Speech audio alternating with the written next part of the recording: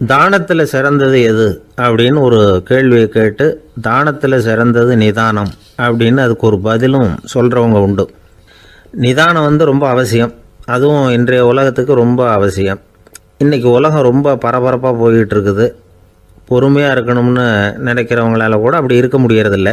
பொறுமையை சோதிக்கிறது மாதிரி பல சம்பவங்கள். அதையெல்லாம் சந்திச்சே தீர வேண்டியிருக்குது. எங்கே போனாலும் க்யூவில் நிற்க வேண்டியிருக்குது. எங்கே போனாலும் காத்துக்கிட்டு இருக்க வேண்டியிருக்கு.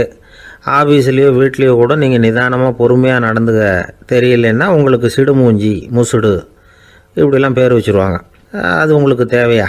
சரி, வாழ்க்கையில் பொறுமைசாலின்னு பேர் வாங்கிறதுக்கு என்ன வழி? முதல் பாயிண்ட், நீங்கள் நினைக்கிறது, எதிர்பார்க்கறது, செய்கிறது எல்லாமே 100% கரெக்டாக நடக்கணும்னு ஆசைப்படக்கூடாது. எதுவாக இருந்தாலும் அதில் ஓரளவுக்கு தவறு நடக்கலாம் அப்படிங்கிறத எதிர்பார்த்தே இருக்கணும். ஓரளவுக்கு அதை அனுமதிக்கணும். ஒரு நண்பரை 6 மணிக்கு ஒரு இடத்துக்கு வர சொல்லியிருக்கிறீங்க. 6 மணிக்கு அவர் வரலை. உடனே பொறுமை இழந்து நடந்துக்கக்கூடாது. ஒரு 10 நிமிஷம் டிலே ஆகலாம். ஒரு வர்ற வழியில் பஸ்ஸு கூட ஏதாவது டிராஃபிக்கில் மாட்டியிருக்கலாம். அதெல்லாம் எதிர்பார்த்தே கொஞ்சம் காத்திருக்கிறதுல ஒன்றும் தப்பு இல்லை. சில சமயம் டிலே ஆகிறது கூட நல்லதாக முடியும். ஒரு பஸ்ஸை தவற விட்டுட்டு ஐயோ கொஞ்சம் ஒரு 2 நிமிஷம் முன்னாடி வந்திருந்தா பிடிச்சிருக்கலாமே அப்படின்னு தவிச்சிக்கிட்டு இருப்பாங்க சில பேர். அடுத்தபடியாக வர்ற பஸ்ஸு நேரடியாக நீங்கள் போக வேண்டிய இடத்துக்கே கொண்டு போய் விடுற பஸ்ஸாக கூட இருக்கலாம். அது உங்களுக்கு முன்னாடி தெரியாதுல்ல. சில நெருக்கடியான சூழ்நிலைகளை தமாஷா எடுத்துக்கிறதுக்கு பழகிக்கணும். சில இடங்களுக்கு போகிறப்ப காத்திருக்கிறதுக்கு நம்ம மனசை தயார்படுத்திக்கிட்டே போகணும். ஒரு ரயிலுக்கோ பஸ்ஸுக்கோ அல்லது விமானத்துக்கோ கப்பல் பிரயாணத்துக்கோ போகிறப்போ அங்கே போய் நீங்கள் மணிக்கணக்கில் கூட காத்துக்கிட்டு தான் இருக்கணும். புறப்படுற நேரம் கூட மாறலாம். நீங்கள் போய் சேர்ந்ததும் அது உடனே புறப்படணும்னு கட்டாயமாக என்ன? அது மாதிரி சமயத்தில் படிக்கிறதுக்குன்னு சில சுவாரஸ்யமான புத்தகங்களையும் கையில் எடுத்துக்கலாம். உங்களை சுற்றி எவ்வளவோ சுவாரஸ்யமான சம்பவங்கள் நடந்துக்கிட்டு இருக்குதுல்ல, அதையெல்லாம் வேடிக்கை பாருங்கள். எதுக்காக காத்துக்கிட்டு இருக்கிறோமோ அந்த காரியத்தில் உண்மையாகவே நமக்கு ஒரு அக்கறை இருந்தால் நமக்கு போர் அடிக்காது. சில கோயில்களில் பார்த்துருப்பீங்க, தரிசனத்துக்காக பக்தர்கள் நாள் கணக்கில் காத்துக்கிட்டு இருப்பாங்க. அவங்களெலாம் அழுத்துக்கிறது இல்லை. ஆண்டவனை தரிசிக்கணுங்கிற உண்மையான அக்கறை இருக்கிறதுனால அவங்களுக்கு போர் அடிக்கிறது இல்லை. ஆனால் சில சினிமா தியேட்டரில் கூட பார்க்கலாமே, சினிமா கியூ கூட அப்படி தான். சாயந்தரம் 6 மணி ஆட்டத்துக்கு காலம்பரம் 6 மணிக்கே போய் கூட காத்துக்கிட்டு இருப்பாங்க. அவங்களுக்கெல்லாம் போர் அடிக்காது, படம் பார்க்குற ஆர்வம். இன்னொரு முக்கியமான விஷயத்தை நாம் பழக்கப்படுத்திக்கணும். லிவ் ஃபார் தி மூமெண்ட் அப்படிங்கிறாங்க நிபுணர்கள். ரொம்ப பேர் எப்படின்னா அடுத்தபடியாக நடக்க போகிற விஷயத்திலேயே கவனமாக இருப்பாங்க. அந்த நினைப்புலேயே இந்த நிமிஷத்தை பொறுமை இல்லாமல் கழிப்பாங்க. ஒருத்தர் இருக்கார், அவர் எப்படின்னா ஆஃபீஸ் முடியறதுக்குள்ளேயே சார் 5 மணிக்கெல்லாம் ரெடியாக இருங்க, நாம் அந்த ஹோட்டலில் போய் டிஃபன் சாப்பிட்ணும் அப்படின்னு 4 மணிலேருந்து சொல்லிகிட்டு இருப்பார். 4:55 பரபரப்பாக ஓடி வருவார். 2 பேரும் புறப்படுவோம், ஹோட்டலுக்கு போவோம், சாப்பிட்டுக்கிட்டு இருப்போம். அப்படி சாப்பிட்டுட்டு இருக்கிறப்பே சார் சாப்பிட்டு முடித்ததும் நேராக ஒரு ஜவுளி கடைக்கு போகிறோம் அப்படிம்பார். பரபரக்க சாப்பிட்டு முடிப்பார், புறப்படுவார். ஜவுளி கடையில் அவசரமாக சீக்கிரம் பில் போடுங்க சார், சினிமாவுக்கு நேரம் ஆகிடும்பார். சினிமா தியேட்டரில் உட்காந்து அடுத்தபடியாக எங்கே டின்னர் சாப்பிட்றதுன்னு யோசனை பண்ணிகிட்டு இருப்பார். ராத்திரி படுக்கையில் விழுந்ததுக்கு அப்புறமும் நாளைக்கு காலையில் எழுந்திரிச்சதும் அதை பண்ணணும் இதை பண்ணணும்னு திட்டம் போட்டுக்கிட்டே இருப்பார். அதாவது எப்போவும் அடுத்த நிமிஷம், அடுத்த நாள், அடுத்த வாரம், அடுத்த வருஷம், இதுதான் அவங்க சிந்தனை. இந்த நிமிஷம் என்ஜாய்மெண்ட்டை அவங்க இழந்துடுறாங்களாம். அதனால தான் வாழ்நாள் பூரா பொறுமையின்மை, அவஸ்தை, அல்லல். அதனால் நாம் எல்லோரும் வாழ்க்கையில் நிதானமாக இருக்கிறதுக்கு கற்றுக்கணுமா. அதுக்காக இந்த நிதானத்துக்கு வேறு விதமான அர்த்தம் பண்ணிக்கக்கூடாது. ஒருத்தர் அப்படித்தான் ஒரு தடவை அவருடைய குதிரை காணாமல் போயிட்டு தான். அதுக்காக அவர் கவலைப்படலை, நிம்மதியாக இருந்தார், சந்தோஷமாக இருந்தார். என்ன சார் இது, உங்கள் குதிரை திருட்டு போயிட்டுதுங்கிறீங்க, நீங்கள் கவலைப்படாமல் இருக்கிறீங்களே அப்படின்னு கேட்டாங்களாம். அதுக்கு அவர் சொல்லியிருக்கார், நல்ல வேலை சார், கட்டியிருந்த குதிரை காணாமல் போயிருக்குது. நான் அது மேலே உட்காந்துருக்கிற சமயம் அது காணாமல் போயிருந்ததுன்னா, திருட்டு போயிருந்ததுன்னா நானும் சேர்ந்தில் காணாமல் போயிருப்பேன் அப்படின்னாராம். எவ்வளவு நிதானமான ஆள் பாருங்கள். இந்த உலகத்தில் நாம் நல்லபடியாக இருக்கணும்னா அதுக்கு முக்கியமாக தேவைப்படுறது 2. ஒன்று செல்வம், இன்னொன்று அறிவு. சரி, இது 2ல் சிறந்தது எது அப்படின்னு ஒரு கேள்வி கேட்டால் என்ன பதில் சொல்கிறது? இதே கேள்வியை ஹஸ்ரத் அலி அவர்கள்கிட்ட கேட்டாங்களாம். அவர் ஒரு பெரிய அறிஞர். கேள்வி கேட்டவங்களும் சாதாரண ஆட்கள் இல்லை, இவங்களும் அறிஞர்கள். ஒரு நாள் ஹஸ்ரத் அலி அவர்கள்கிட்ட 10 அறிஞர்கள் வந்தாங்களாம். ஐயா, நாங்கள் 10 பேரும் உங்ககிட்ட ஒரே கேள்வியை தான் கேட்க வந்திருக்கிறோம், ஆனால் எங்கள் 10 பேருக்கும் நீங்கள் தனித்தனியாக பதில் சொல்ல முடியுமா அப்படின்னு கேட்டிருக்காங்க. அதாவது அவங்க ஒரே கேள்விக்கு இவர்கிட்ட இருந்து 10 விதமான பதில் எதிர்பார்க்குறாங்க. சரி கேளுங்க, என்ன கேள்வி அப்படின்னார் அவர். அப்போ தான் அவங்க கேட்டாங்களாம், செல்வம் அறிவு இது ரெண்டுல சிறந்தது எது? இதுதான் கேள்வி. ஹஸ்ரத் அலி என்ன பண்ணார் தெரியுமா? அவங்கள ஒவ்வொருத்தராக கூப்பிட்டார். ஒவ்வொரு விதமான பதிலை சொல்லி அனுப்புனார். முதல்ல ஒருத்தரை கூப்பிட்டார், சொன்னார், அறிவுங்கிறது தீர்க்கதரிசிகள், ஞானிகள், மகான்கள் இவங்களோட பரம்பரை சொத்து. ஆனால் செல்வம்ங்கிறது கொடுங்கோலரின் ஆயுதம். அதனால் அறிவு தான் சிறந்தது அப்படின்னார். ரெண்டாவது ஆளை கூப்பிட்டார்.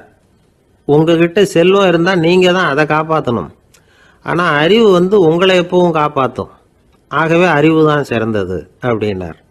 மூணாவது ஆளை கூப்பிட்டார். செல்வந்தனுக்கு எப்போதும் விரோதிகள் அதிகம், ஆனால் அறிஞனுக்கு நண்பர்கள் அதிகம். அதனால் அறிவு தான் சிறந்ததுன்னார். அடுத்தவரை கூப்பிட்டார்.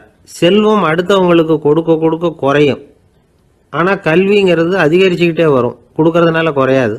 அதனால் அறிவு தான் சிறந்ததுன்னார். இன்னொருத்தரை கூப்பிட்டார். அறிவுள்ளவன் எப்பவும் அதை அடுத்தவங்களுக்கு வாரி வழங்கிக்கிட்டே இருப்பான், அதனால் அவங்ககிட்ட தாராளத்தன்மை இருக்கும். ஆனால் செல்வந்தன்கிட்ட கஞ்சத்தனம் தான் இருக்கும், அதனால் அறிவு தான் சிறந்ததுன்னார். ஆறாவது நபரை கூப்பிட்டார். செல்வத்தை கள்வர்கள் திருடிட்டு போக முடியும், ஆனால் அறிவை அப்படி திருடிட்டு போக முடியாது அப்படின்னார். ஏழாவது நபரை கூப்பிட்டார். செல்வம் கால ஓட்டத்தில் அழிஞ்சிரும், ஆனால் அறிவை கால ஓட்டம் ஒன்றும் பண்ண முடியாது.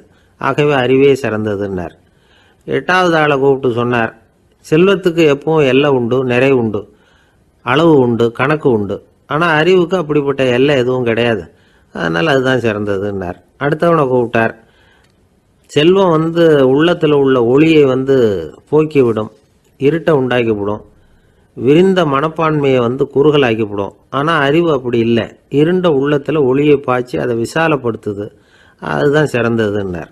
கடைசியாக 10வது நபரை கூப்பிட்டார். செல்வம் மனசில் செருக்கை உண்டாக்குது, ஆணவத்தை ஏற்படுத்துது, அதனால் நானே கடவுள்னு நினைக்கிற அளவுக்கு மனுஷனை தாழ்த்தி விடுது. ஆனால் அறிவு பணிவையும் பண்பாட்டையும் வளர்க்குது, அதனால் அறிவு தான் சிறந்ததுன்னார். ஆக இப்படி 10 பேருக்கும் 10 விதமாக பதில் சொன்னது மூலமாக ஹஸ்ரத் அலி அவர்கள் அறிவு தான் செல்வத்தை விட சிறந்தது அப்படிங்கிறதுக்கு 10 காரணங்களை சுட்டி காட்டியிருக்கார். அந்த அறிஞர் 10 பேர் கேட்ட ஒரே கேள்விக்கு 10 பதில் சொன்னார். நமக்கு வேண்டிய ஒருத்தர் 10 பேர் கேட்ட கேள்விக்கு ஒரே பதில் சொல்லி சமாளித்தார். கேள்வி என்ன தெரியுமா? என்கிட்ட வாங்கின கடனை எப்போயா திருப்பி கொடுக்க போகிற? இதுதான் அந்த 10 பேரும் கேட்ட ஒரே கேள்வி. இந்த மாதம் 26ஆம் தேதி தந்துடுறேன் அப்படிங்கிற ஒரே பதில் சொல்லி அவ்வளவு பேரையும் இவர் அனுப்பி வச்சுட்டாராம். எல்லாரும் போனதுக்கப்புறம் இவரை தனியாக கூப்பிட்டு கேட்டிருக்கிறாங்க, அது என்ன சார் கணக்கு 26ஆம் தேதி, அன்னைக்கு என்ன அதிசயம் நடக்க போகுது அப்படின்னு கேட்டிருக்காங்க. அதிசயம் அன்னைக்கு இல்லை, அதுக்கு நாளே நடக்க போகுதுன்னாராம். விவரமாக சொல்லுங்கன்னு இருக்காங்க. வேற ஒன்றும் இல்லைங்க, 26ஆம் தேதி தானே எல்லாரையும் வர சொல்லியிருக்கிறேன், அதுக்கு நாளே நான் புறப்பட்டு தலைமறைவாயிட போகிறேன் அப்படின்னாராம் ரொம்ப பெருமையாக. சில பேரை இப்படி சொல்கிறது உண்டு, அடுத்தவங்களை அனுசரித்து நடந்துக்க தெரியல, அவன் என்ன சார் மனுஷன் அப்படிம்பாங்க. சக மனிதர்களோட எப்படி பழகிறது அப்படின்னு தெரியாததுனாலேயே பல பேர் இன்னைக்கு சங்கடப்பட்டுக்கிட்டு இருக்கிறாங்க. வசதி வாய்ப்பெல்லாம் சரியாக இருக்கும், ஆனால் வாழ்க்கை சரியாக இருக்காது. இன்னொருத்தர்கிட்ட எப்படி பேசுறது பழகிறதுங்கிறது தெரியாததுனால தான் இந்த அவஸ்தை. சரி, இந்த அவஸ்தை இல்லாமல் வாழறது எப்படி? இதுக்கு அனுபவசாலிகள் சில வழிமுறைகளை சொல்கிறாங்க. அதெல்லாம் என்னென்னங்கிறத இப்போ தெரிஞ்சுக்குவோம். முதல்ல நம்ம நாக்கு நம்ம கண்ட்ரோலில் இருக்கணும். வார்த்தைகளை கொட்டி விட்டு அதுக்கப்புறம் அள்ள முடியாமல் கடந்து கஷ்டப்படக்கூடாது. எப்படி பேசுகிறோங்கிறதும் முக்கியம், பேசுகிறப்ப எப்படி முகத்தை வச்சிருக்கிறோங்கிறதும் முக்கியம். அன்பாக பேசினாலும் நல்லா இருக்கும், அப்படி பேசுகிறப்ப ஆதரவாக அவர் தோள் மேலே ஒரு கையை போட்டுக்கிட்டு பேசினா இன்னமும் நல்லா இருக்கும். ரெண்டாவது விஷயம், இன்னொருத்தர்கிட்ட பேசுகிறப்ப வாக்குறுதிகளை அள்ளி வீசக்கூடாது. கொடுக்குற வாக்குறுதி குறைச்சலாக இருக்கணும். அப்படி கொடுத்த வாக்குறுதியை கண்டிப்பாக நிறைவேற்றணும். நாம் ஒருத்தரை பாராட்டுறோம் அல்லது அவரை பற்றி அபிப்பிராயம் சொல்கிறோம்னா அது ஆக்கப்பூர்வமாக இருக்கணும். நம்ம பாராட்டு அல்லது விமர்சனம் அடுத்தவருடைய முன்னேற்றத்துக்கு உதவுறது மாதிரி இருக்கணும். நாம் சொல்கிறத கேட்டுட்டு அவன் தலையில் கையை வச்சுட்டு உட்காந்துடக்கூடாது. எப்பவும் உற்சாகமாக இருக்கணும், முகம் மலர்ச்சியாக இருக்கணும். மனுஷன் இருந்தால் வருத்தம், கவலை, ஏமாற்றம் எல்லாம் இருக்க தான் செய்யும், அதெல்லாம் மனசில் இருக்கட்டும். அந்த வருத்தமும் கவலையும் ஏமாற்றமும் சேர்ந்துக்கிட்டு நம்ம முகத்தில் இருக்கிற மலர்ச்சியை மூடி மறைக்கிறதுக்கு நாம் இடம் கொடுத்துடக்கூடாது. எந்த விஷயத்தை பற்றி யாருக்கிட்ட பேசினாலும் வெளிப்படையாக பேசணும், திறந்த மனசோட பேசணும். மூடி மறைச்சி முன்னு மூங்கிக்கிட்டு இருக்கக்கூடாது. இன்னொருத்தர்கிட்ட பேசுகிறப்போ விவாதம் பண்ணுங்க, அது தப்பு இல்லை. ஆனால் வாதாடிக்கிட்டு இருக்கக்கூடாது. அதாவது என்ன சொல்கிறாங்கன்னா, டிஸ்கஸ் பண்ணலாம், ஆர்கியூ பண்ணக்கூடாதான். நம்மக்கிட்ட இருக்கிற நல்ல குணங்களை நாம் எடுத்து சொல்லிகிட்டு இருக்கக்கூடாது. அந்த நல்ல குணங்களே நம்மளை பற்றி எடுத்து சொல்லணும், அது மாதிரி நடந்துக்கணும். அதே மாதிரி அடுத்தவங்க கிட்ட உள்ள கெட்ட குணங்களை பற்றி அவசியம் இல்லாமல் நாம் பேச வேண்டியதில்லை. உங்களை பற்றி யாராவது தப்பாக பேசுகிறாங்களா, அப்படி அவங்க பேசுகிறதுல உண்மை இல்லையா அப்படின்னா அதை நீங்கள் பொருட்படுத்த வேண்டியதில்லை, விட்டுடலாம். அது தானாக போயிடும். ஒரு 4-5 பேரோட பேசிக்கிட்டு இருந்தீங்கன்னா எல்லாருக்கும் முக்கியத்துவம் கொடுங்க, யாரையும் அலட்சியப்படுத்தாதீங்க. தமாஷா பேசலாம், ஆனால் அவங்க தமாஷ் அடுத்தவங்களை கேலி பண்ணுறதா இருக்கக்கூடாது. நமக்கு கிடைக்க வேண்டியது கிடைக்கலையே அப்படிங்கிற தவிப்பு நம்மக்கிட்ட இருக்கக்கூடாது, அது தேவையில்லை. உங்கள் செயல்பாடுகள் தெளிவாக இருக்கட்டும், பாராட்டு தானாக அவங்கள தேடிட்டு வரும். இன்னொரு மனுஷனுடைய மனசில் கௌரவமான ஒரு இடத்த பிடிக்கணும்னா நாம் இந்த குணத்தையெல்லாம் நம்மக்கிட்ட வளர்த்துக்கணும். இதெல்லாம் அனுபவசாலிகள் சொல்லியிருக்கிற குறிப்புகள்.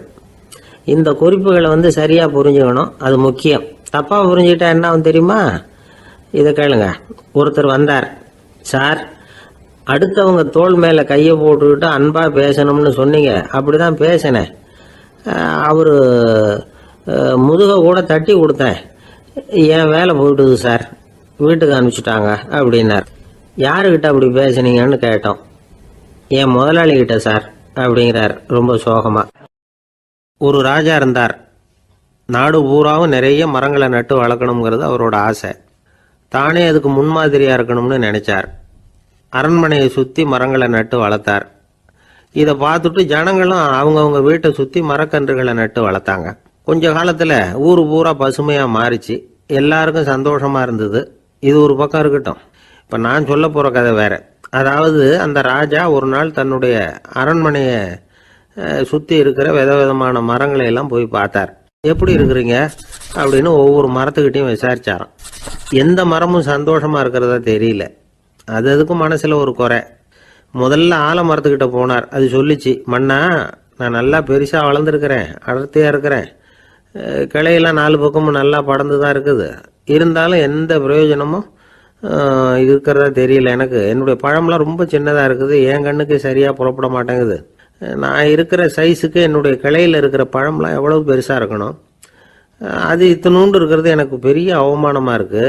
இப்படி இங்கே நின்றுக்கிட்டு இருக்கிறதே ரொம்ப கூச்சமாக இருக்குது. ஒரு நல்ல புயல் வந்ததுன்னா பேசாமல் சாஞ்சு விடலாமான்னு பார்க்குறேன் அப்படின்னு புலம்புது ஆலமரம். சரி இருக்கட்டும்னு நினச்சிக்கிட்டு ராஜா அடுத்தபடியாக ஒரு அத்தி மரத்துக்கிட்ட போனார். அதுவும் புலம்ப ஆரம்பிச்சுட்டுது. நான் கூட பெரிய மரம் தான், இல்லை இலையெல்லாம் அழகாக தான் இருக்குது, பழம் அழகாக இருக்குது, இருந்தாலும் உள்ள விஷயம் இல்லையே, அத்தி பழத்தை புட்டு பார்த்தா அத்தனையும் சொத்த அப்படின்னு பழமொழியே உண்டாயிட்டுதே, இப்படி ஒரு கெட்ட பேரோட நான் இருக்கணுமா அப்படின்னு புலம்புது அது. சரி இது இருக்கட்டும் அப்படின்னு சொல்லி அடுத்தபடியாக வேப்ப மரத்துக்கிட்ட போனார். அது தன்னுடைய வேதனையை வெளியிட்டது. எனக்கு எவ்வளவோ மருத்துவ குணங்கள்லாம் இருக்கிறதா சொல்லிக்கிறாங்க, இருந்தாலும் என்ன பிரயோஜனம், என்னுடைய பழத்தை மனிதர்கள் யாரும் விரும்பி சாப்பிட்றது இல்லையே அப்படின்னுது. ராஜா அடுத்தாப்புல இருந்து ஒரு பனை மரத்துக்கிட்ட போனார். நான் நல்லா உயரமாக தான் வளர்ந்துருக்கிறேன், மற்ற மரங்கள்லாம் என்னை அண்ணாந்து தான் பார்க்கணும், இருந்தாலும் என்கிட்ட நிழலுக்காக யாரும் ஒதுங்கிறது இல்லையே அப்படின்னுது. என்ன இது எல்லா மரமும் இப்படி திருப்தி இல்லாமல் இருந்துகிட்டு இருக்குதே அப்படின்னு நினச்சிக்கிட்டே ராஜா அடுத்தபடியாக அங்கே இருந்த ஒரு பைன் மரத்துக்கிட்ட போனார். அழகாக உயரமாக பசுமையாக தான் இருந்தது, ஆனால் பழமோ பூவோ கிடையாது. அதை நினச்சி அது வருத்தப்பட்டுக்கிட்டு இருக்குது.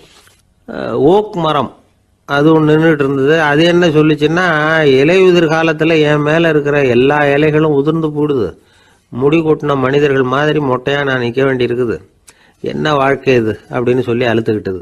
சரி புளிய மரம் என்ன சொல்லுது பார்ப்போம்னு அதுகிட்ட போனால், என்னுடைய நிழலில் யாருமே தங்க மாட்டாங்க, உடம்புக்கு சூடுன்னு ஒதுங்கி போயிடுவாங்க, அடிமரத்தை பார்த்தீங்கன்னா பட்டையெல்லாம் உறிஞ்சி பார்க்கறதுக்கே கேவலமாக இருப்பேன் அப்படின்னுது அது. முருங்கை மரம் என்ன சொல்லிச்சு தெரியுமா, என்னுடைய இலை காயெல்லாம் சாப்பிட்றவங்களுக்கு சத்து கொடுக்கறது வாசம்தான், ஆனால் என் உடம்புல சத்தே கிடையாது, கொஞ்சம் வேகமாக காற்று அடிச்சதுன்னா முறிஞ்சி விழுந்துடுறேன், என்ன வாழ்க்கை இது அப்படின்னு சொல்லி அது வருத்தப்பட்டது. ராஜா யோசனை பண்ணார், என்ன இது மரங்கள் பூமியின் வரங்கள்னு சொல்கிறோம், மழை பெய்யறதுக்கு அதுதான் காரணம், பூமி செழிப்பாக இருக்கிறதுக்கும் அதுதான் காரணம், வீடு கட்டுறதுக்கு மரம், நாற்காலி செய்ய உபயோகப்படுத்துறதுக்கும் அதுதான் உபயோகப்படுது, மனுஷனுக்கு வேண்டிய ஆகாரங்களையும் கொடுக்குது. இப்படிலாம் இருந்தும் எல்லா மரமும் நிம்மதி இல்லாமல் இருந்துக்கிட்டு இருக்குதே அப்படின்னு நினைச்சார். அப்போ அங்கே இருந்த ஒரு மகிழ மரம் அவர் கண்ணில் பட்டுது. அந்த மரம் மட்டும் கொஞ்சம் நிம்மதியாக மகிழ்ச்சியாக இருக்கிறது மாதிரி தெரிஞ்சுது. உடனே ராஜா அதுகிட்ட போனார். உனக்கு மனசில் எதுவும் குறை இல்லையான்னு கேட்டார். இல்லை, நான் சந்தோஷமாக தான் இருக்கேன்னு அந்த மகிழ மரம். அப்படியான்னு ஆச்சரியமாக கேட்டார் ராஜா. ஆமாம் மன்னா, இந்த இடத்துல நீங்கள் ஒரு முருங்கை மரத்தையோ வேப்ப மரத்தையோ கூட நட்டிருக்கலாம். ஆனால் இந்த இடத்துல நடுறதுக்கு என்ன தேர்ந்தெடுத்திருக்கிறீங்க, அதுவே எனக்கு பெருமை, அதுவே எனக்கு திருப்தி அப்படின்னு தான் மகிழ மரம். மகிழ மரம் சாதாரணமாக தான் இருக்கும். இளம் மஞ்சள் நிறத்தில் பூக்கள், அது காய்ந்தும் மனம் வீசும். மகிழ மரம் மாதிரி மன திருப்தியோடு வாழறதுக்கு நாம் கற்றுக்கணுமா. நாம் இந்த உலகத்தில் ஒரு நாயாவோ நரியாவோ கூட பிறந்திருக்கலாம். மனுஷனாக பிறந்திருக்கிறோம், அதுவே பெருமை தானே. இந்த நிறைவு தான் மகிழ்ச்சியின் ரகசியம். ஒரு பையன் அப்பா கிட்ட போய், அப்பா நீங்கள் இந்த உலகத்தில் ஒரு மனுஷனாக பிறந்தது என்னோட அதிர்ஷ்டம் நானா. ஏண்டா அப்படி சொல்கிறேன்னு இருக்கார் அப்பா. நீங்கள் ஒரு கரடியாக பிறந்திருந்தா இந்நேரம் நானும் ஒரு கரடி குட்டியாக தானே இருந்திருப்பேன் அப்படின்னு நானா பையன். ஐயா, என்னுடைய நூல் வெளியீட்டு விழாவுக்கு அவசியம் நீங்கள் வரணும் அப்படின்னு கூப்பிட்டார் ஒருத்தர். எப்போ வரணும்னு கேட்டேன். அடுத்த வாரம்னார். சரி, புத்தகம் தயாராகிட்டுதா அப்படின்னேன். நாளைக்கு தான் அச்சிக்க கொடுக்க போகிறேன்னார். என்னங்க இது, புத்தகம் அச்சிடுறதுக்கு முன்னாடியே அழைப்புதழை அச்சடிச்சு விட்டீங்களே அப்படின்னு கேட்டேன்.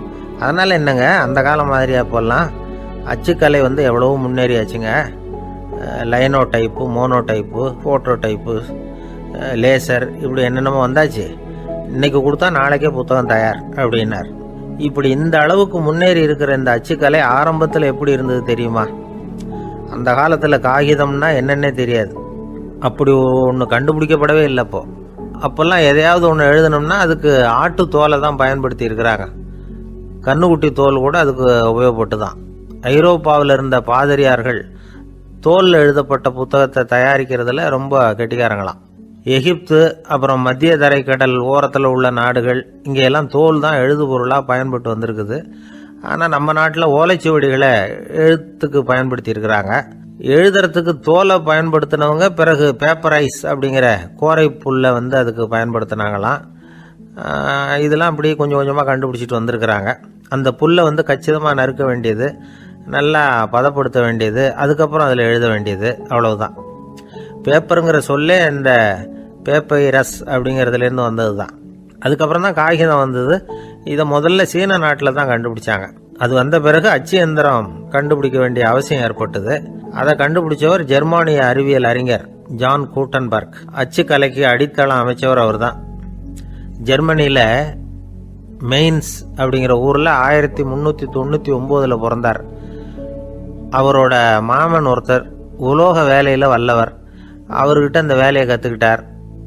அதோட வைர கற்களை பட்டை தீட்டுறதுலையும் ரொம்ப தேர்ச்சி பெற்றிருந்தார். இளம் வயசுலேயே சும்மா இருக்க மாட்டாராம்.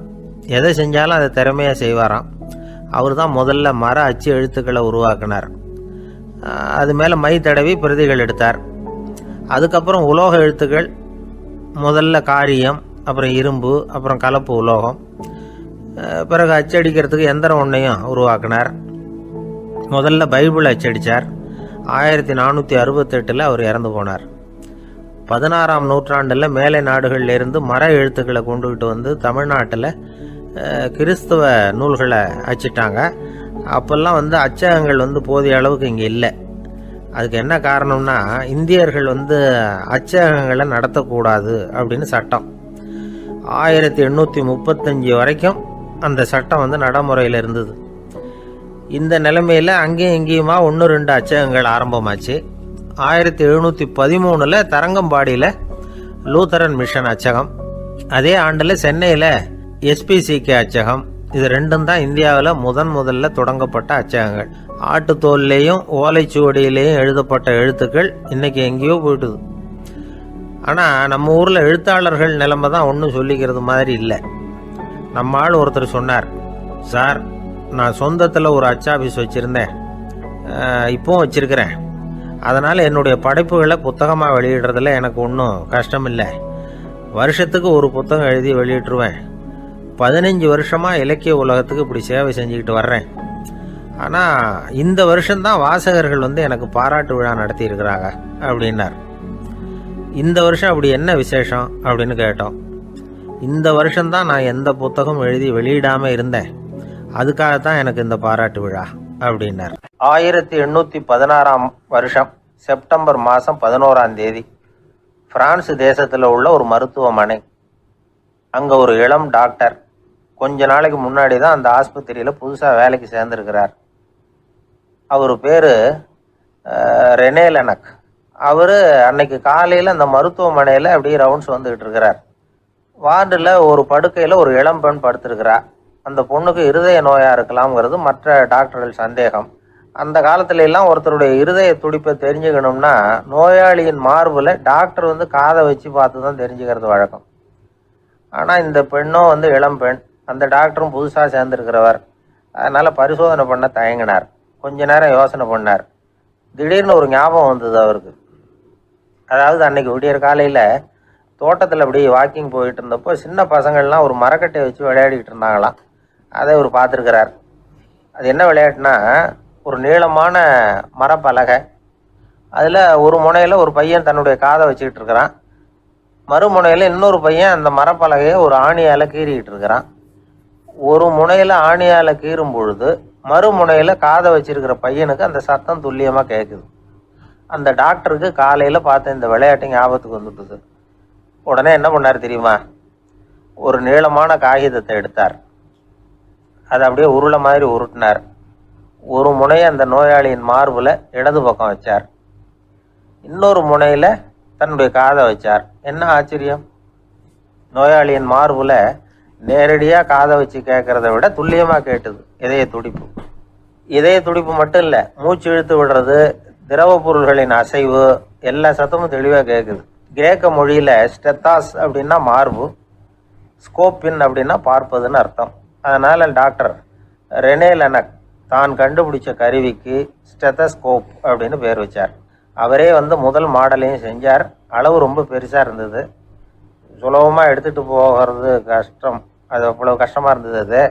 அதனால் அவரே அதை அப்புறம் 2 பிரிவாக தயார் பண்ணார். இது 2 துண்டையும் டாக்டர் தன்னோட கோட்டு பாக்கெட்டில் வச்சுக்கலாம், தேவைப்படுறப்ப எடுத்து ஒன்றா சேர்த்துக்கலாம். இப்படி தான் அவர் ஆரம்பத்தில் பண்ணார். தன்னுடைய இந்த கண்டுபிடிப்பை பற்றி அவர் ஒரு புத்தகம் எழுதினார். நிறைய விற்றுது, புகழும் பணமும் சேர்ந்தது. பணமும் புகழும் சேர்ந்தது மாதிரியே அவருக்கு ஒரு நோயும் சேர்ந்தது. அது என்ன நோயின்னு கண்டுபிடிக்கிறதுக்கும் அவர் கண்டுபிடிச்ச கருவி தான் உபயோகப்பட்டு தான். அவரே அதை கண்டுபிடிச்சார். அவருக்கு வந்திருந்தது காச நோய். 1826 வருஷம் ஆகஸ்ட் மாதம் 13ஆம் தேதி உலகத்தின் முதல் ஸ்டெதஸ்கோப்பை கண்டுபிடிச்ச டாக்டர் ரெனே லெனக் காலமானார். அவர் சாகிறதுக்கு முன்னாடி மரத்தால் செஞ்சு வச்சுருந்த ஸ்டெதஸ்கோப்பை தனக்கு வேண்டியப்பட்ட ஒரு டாக்டர்கிட்ட கொடுத்து, என்னுடைய சொத்துக்கள்லேயே ரொம்ப வசந்தது அப்படின்னு சொன்னாராம். அதுக்கப்புறம் 3 வெள்ளைக்காரங்க சேர்ந்து இந்த கருவியில் சில மாற்றங்களை பண்ணாங்க. ஆனால் 1829 லண்டனில் டாக்டர் நிக்கோலஸுங்கிறவர் ஒரு காதால் இதய துடிப்பை கேட்குறத விட டாக்டர் 2 காதாலையும் கேட்குறது தான் சரியாக இருக்கும் அப்படின்னு ஒரு கருத்தை வெளியிட்டார். அதுக்கப்புறம் ரொம்ப காலம் கழித்து 1852 ஜார்ஜ் காமான் அப்படிங்கிறவர் ரப்பர் டியூபுகளை உபயோகப்படுத்தி 2 காதாலையும் கேட்குற மாதிரி ஒரு புதிய வடிவத்தை அதுக்கு கொடுத்தார். அதுக்கு பிறகு அது படிப்படியாக எவ்வளவோ மாற்றங்கள் இருந்தாலும் ஆரம்பத்தில் டாக்டர் ரெனே லெனக் உருவாக்கின அடிப்படை மாடலை யாரும் மாற்றி அமைக்கலைங்கிறது தான் முக்கியமான விஷயம். நமக்கு தெரிஞ்ச ஒரு ஆஸ்பத்திரி, அதில் ஒரு நோயாளி, காலை நேரத்தில் நர்ஸு அந்த பக்கமாக போயிட்டு இருந்தாங்க. அதை பார்த்துட்டு ஒரு நர்ஸுன்னு கத்துறார். நர்ஸு அவசரமாக ஓடி என்ன விஷயம்னு கேட்டாங்க.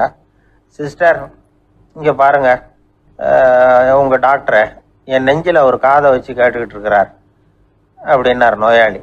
சிஸ்டர் பதட்டப்படாமல், அதனால் என்ன, இந்த டாக்டர் பழமையான விஷயங்களில் ரொம்ப நம்பிக்கை உள்ளவர், அதனால் ஸ்டெதாஸ்கோப்பை உபயோகப்படுத்தாமல் காதை வச்சு கேட்குறார், அது ஒன்றும் தப்பு இல்லை அப்படின்னாங்களாம். ஐயோ, அதுக்காக இல்லை சிஸ்டர், இவர் என் நெஞ்சு மேலே தலையை வச்சது நேற்று ராத்திரி 9 மணி, இப்போ விடிஞ்சு போச்சு, இன்னமும் தலையை எடுக்கவே இல்லை, அதுக்காக தான் சந்தேகப்பட்டு உங்களை கூப்பிடுறேன் அப்படின்னாராம். நமக்கு முன்னாடி நமக்கு வேண்டிய ஒருத்தர் ஒரு கிளாஸில் நமக்கு பழச்சாறு கொண்டாந்து வைக்கிறாருன்னு வச்சுக்கோங்க. உடனே நாம் என்ன பண்ணுவோம்? எடுத்து கிடுகிடுன்னு சாப்பிட்ருவோம், அடுத்தவங்க யாரும் வர்றதுக்குள்ள.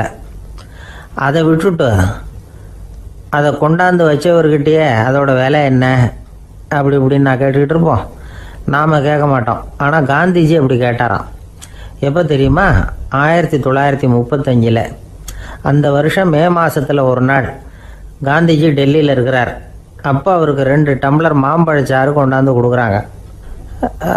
அதை வாங்குறார். இதோட விலை என்ன அப்படின்னு கேட்டார் காந்திஜி. யாருக்கிட்ட கேட்டாருன்னா மனுபென் காந்திகிட்ட கேட்குறார்.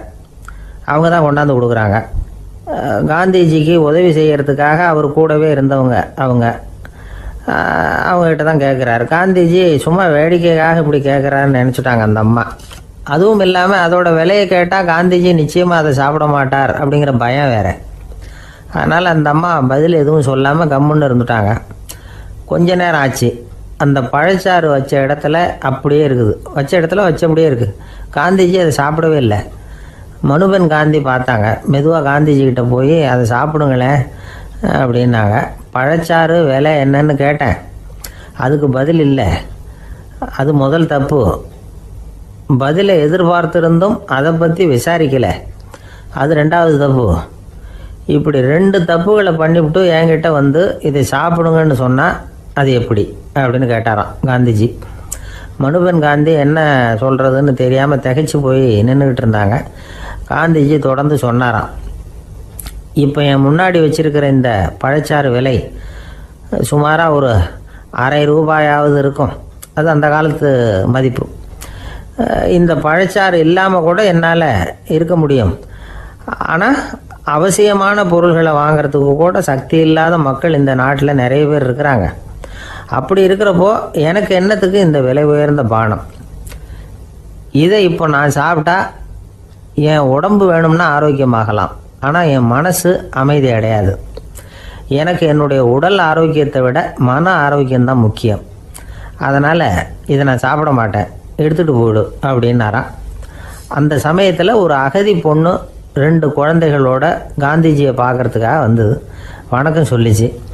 காந்திஜி உடனே தனக்கு முன்னாடி இருந்த பழச்சாற்றை எடுத்து அந்த பொண்ணுக்கிட்டையும் குழந்தைகள்கிட்டையும் கொடுத்து சாப்பிட சொன்னார். அவங்க அதை வாங்கி ரொம்ப சந்தோஷத்தோடு சாப்பிட்டாங்களாம். அதை பார்த்த காந்திஜி முகத்தில் ஒரு புன்னகை, ஒரு பரவசம், ஒரு திருப்தி. அவர் மனசு நிறைஞ்சி இருந்தது. அப்போ அவர் சொன்னாராம், ஆண்டவன் எனக்கு எப்பவும் சரியான சமயத்தில் கை கொடுப்பாருங்கிறது அதுக்கு இதுதான் அத்தாட்சி. நான் ஒரு இக்கட்டான சூழ்நிலையில் இருக்கிறப்போ கூட கடவுளின் கருணையால் அந்த சூழ்நிலை என்னை பாதிக்கலை. என் கூட இவ்வளோ நாள் பழகியும் கூட இங்கே இருக்கிறவங்க எனக்கு அதிக விலை உள்ள பழரசத்தை கொடுத்தாங்க. ஆனால் சரியான நேரத்தில் அதை சாப்பிட வேண்டியவங்களை என்கிட்ட அனுப்பி வச்சு என்னை சந்தோஷப்படுத்தினார் கடவுள். அவருக்கு நன்றி அப்படின்னாராம் மகாத்மா காந்தி. உடல் ஆரோக்கியத்தை விட மன ஆரோக்கியம்தான் எனக்கு முக்கியம்னு சொன்னார் பாருங்கள். அதை நாம் எல்லாரும் மனப்பூர்வமாக இன்றைக்கி சிந்திச்சு பார்க்கணும். இந்த காலத்தில் எல்லாரும் அப்படியா நினைக்கிறாங்க? எனக்கு தெரிஞ்ச ஒருத்தர் இருந்தார். தினமும் காலையில் ஒரு காஃபி சாப்பிட உட்கார்ற நேரத்தில் பக்கத்து வீட்டுக்காரர் வந்து சேருவார் கரெக்டாக. உடனே அவரும் தனக்குன்னு வந்திருக்கிற காப்பியை எடுத்து மனப்பூர்வமாக பக்கத்து வீட்டுக்காரர்கிட்ட கொடுத்துருவார். அதுக்கப்புறம் அவருக்காக வேறு காப்பி போட்டு கொண்டாந்து கொடுத்தாலும் வேண்டான்னு சொல்லிடுவார். ஆண்டவனாக பார்த்து சரியான நேரத்தில் அவரை எங்கள் வீட்டுக்கு தினமும் அனுப்பி வைக்கிறார் அப்படிம்பார். ஏன் அப்படி சொல்கிறீங்க அப்படின்னு கேட்டோம் ஒரு நாள். அதுக்கு அவர் சொல்கிறார், எனக்கு என்னோட உடல் ஆரோக்கியம்தான் முக்கியம். இதை கடவுள் புரிஞ்சுக்கிட்டு எங்கள் வீட்டு காப்பியை சாப்பிட்றதுக்கு தினமும் அடுத்த வீட்டுக்காரனை அனுப்பி வைக்கிறார் அப்படின்னார் அவர். தேசத்து மேலேயும் தாய்மொழி பேர்லையும் செலுத்துகிற அன்புக்கு அபிமானம்னு பேர். தேசாபிமானம்னு சொல்கிறோமே இதுதான். ஒரு கணவன் மனைவி பேரில் காட்டுற அன்புக்கு காதல்னு பேர். கடவுள் பேரில் செலுத்துகிற அன்புக்கு பக்தின்னு பேர். இப்படி அன்புல பல ரகம் இருக்கிறப்போ அதுல உள்ள வித்தியாசம் தெரியாம இடம் மாத்தி அன்பு காட்டினா இடைஞ்சல் தான். சரி, இந்த அன்பை பத்தி விஞ்ஞானம் என்ன சொல்லுது தெரியுமா? இதயத்தை பாதுகாக்கிறதுக்கு முக்கியமா தேவைப்படுற ஒண்ணு இந்த அன்புதான்னு சொல்லுது. நெதர்லாந்து விஞ்ஞானிகள் இதை ஆராய்ச்சி பண்ணியே கண்டுபிடிச்சிருக்கிறாங்க. கொஞ்சம் முயல் குட்டிகளை 2 பிரிவா பிரிச்சாங்க. 2 குரூப்புக்கும் கொழுப்பு அதிகமா உள்ள ஆகாரத்தையே கொடுத்துக்கிட்டு வந்தாங்க. ஆனா ஒரு குரூப்புக்கு வெறுமன ஆகாரத்தை கொடுத்ததோட சரி, இன்னொரு குரூப் முயல்களுக்கு ஆகாரம் கொடுத்ததோட நிறுத்திக்கல. அதுக்கு முன்னாடி கூண்டுகளை திறந்து விட்டு முயல்களை கொஞ்ச நேரம் எடுத்து கொஞ்சி விட்டு அதுக்கப்புறமா ஆகாரம் கொடுத்தாராம் ஆராய்ச்சியாளர். இந்த குரூப்புக்கு இதய பாதிப்பு 60% குறைச்சலா இருந்துதான். சில நோயாளிகளுக்கு ஹார்ட் அட்டாக் வந்தாலும் அதை தாங்கிக்கிட்டு குணமாகிற சக்தி அதிகமாக இருக்குது. இது எப்படின்னு ஆராய்ச்சி பண்ணி பார்த்துருக்குறாங்க. அவங்கெல்லாம் மனைவி தன் பேரில் ரொம்ப அன்பாக இருக்கிறதாக நினைக்கிறவங்களா இருக்கிறாங்களாம். இதய நோயாளிகள் பல பேரை சந்திச்சு இதய நோய் ஏற்பட என்ன காரணம்னு கேட்டிருக்கிறாங்க. அவங்க சொன்ன காரணம்லாம் சாப்பாடு சம்பந்தமா இல்லையா, மனைவி அன்பா இல்ல, இப்படிப்பட்ட காரணத்தை தான் சொல்றாங்களாம். அதனால இதயத்தை பாதுகாக்கணும்னு நினைக்கிறவங்க அடுத்தவங்க அன்பா இருக்கிறது மாதிரி பார்த்துக்குங்க, அதுதான் முக்கியம். ஒருத்தர் முகம் பூரா பிளாஸ்டரி போட்டுட்டு வந்தார், ரொம்ப கோபமா. என்னங்க ஆச்சுன்னு விசாரிச்சேன். எல்லாம் உங்களால தான் சார்னார். விவரமா சொல்லுங்களேன். உங்க தகவலை